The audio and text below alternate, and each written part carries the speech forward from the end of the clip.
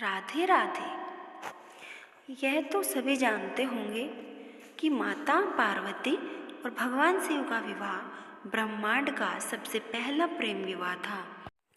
वैसे तो आपने भगवान शिव और माता पार्वती के प्रेम के बारे में बहुत सारी कथाएं सुनी होंगी, लेकिन क्या आपको पता है कि एक बार भगवान शिव ने माता पार्वती को काली कहकर संबोधित कर दिया था।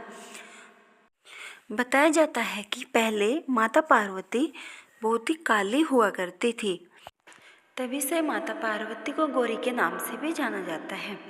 लेकिन क्या आपको पता है, इसके पीछे भी महादेव और गौरी की एक कथा है। यह कथा बहुत ही समय पहले की है, जब ब्रह्मा जी का सृष्टि को बनाने का काम पूरा हो गया था। मतलब कि पूरे पर्याप्त प्राणी संसार में हो गए थे। तभी शुभ और निशुभ नाम के दो राक्षस धरती पर अपना आतंक फैला रहे थे, क्योंकि उन्होंने अपने घोर तपस्या से ब्रह्मा जी को प्रसन्न कर लिया था और उनसे वरदान मांग लिया था कि वे किसी के भी हाथों न मारे जाए। उनका वध केवल माता पार्वती की बेटी के हाथों से ही हो, और वो भी तब जब हम उन्हें गंदी नज़रों से देखें। उन्होंने सभी देवताओं को भी पराजित कर दिया था और पूरे ब्रह्मांड में अफरा तफरी मची हुई थी। ब्रह्मा जी स्वयं ही अपने दिए हुए वरदान से बहुत परेशान हो चुके थे। उन्हें कुछ भी समझ नहीं आ रहा था कि उनसे कैसे वरदान को वापस लिया जाए। तभी उन्होंने महादेव से प्रार्थना की कि हे महादेव, आप माता पार्वती को क्रोध दिलाइए और उनके रंग रूप की निंदा से उत्पन्न हुई शक्ति को शुभ और निशुभ का अंत करने के लिए देवताओं को अर्पित कीजिए।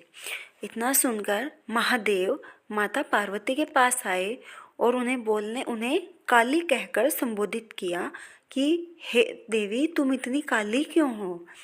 यह सुनकर माता पार्वती अचंभित हो गई और उन्हें थोड़ा क्रोध भी आ गया।